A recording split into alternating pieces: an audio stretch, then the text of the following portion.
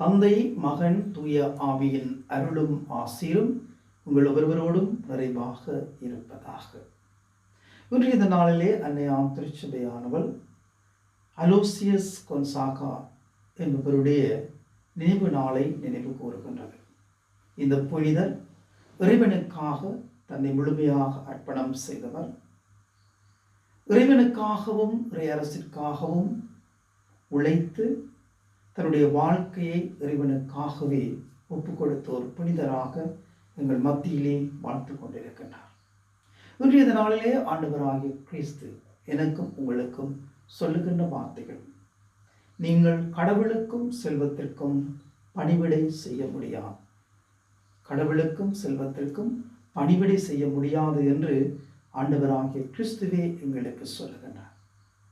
நாங்கள் முதன்மை மிக்கவர்களாக வாழ வேண்டும், தற்பெருமையோடு வாழ வேண்டும், செல்வங்கள் படைத்தவர்களாக வாழ வேண்டும், பணம் இருப்பவர்களாக வாழ வேண்டும், பணக்காரர்களாக இருக்க வேண்டும், செல்வாக்குடையவர்களாக இருக்க வேண்டும். அப்பொழுதுதான் மற்றவர்கள் எங்களை மதிப்பார்கள் என்ற நிலையிலே என்னுடைய வாழ்க்கை ஓடிக்கொண்டிருக்கின்றது. அப்படி அல்ல.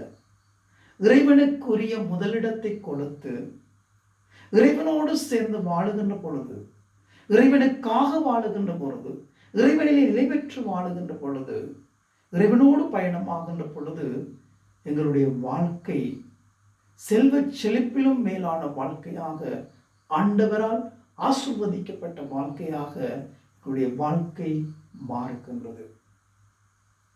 உலகம் காட்டுகின்ற உலகளாவிய ரீதியிலே நாங்கள் செல்வோமையாக இருந்தால், இறைவன் காட்டுகின்ற வழிகளை நாங்கள் மறந்தவர்களாக நாங்கள் மாறிவிடுவோம்.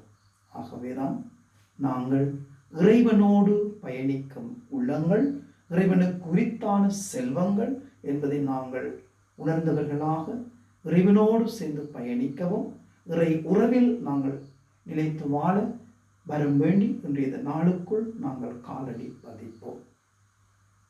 அன்னைமரி மூலமாக நாங்கள் ஒவ்வொருவரும் உள்ளுணர்வு பெற்ற உள்ளங்களாக ஆண்டவரை மட்டும் உள்ளத்தில் இருத்தி ஆண்டவரோடு மட்டும் பயணமாகும் உள்ளங்களாக நாங்கள் மாற்றப்பெறுவோம். எல்லாம் வல்ல இறைவன் தந்தை, மகன், தூய ஆவி அனைவரையும் நிறைவாக ஆசீர்வதிப்பாராக.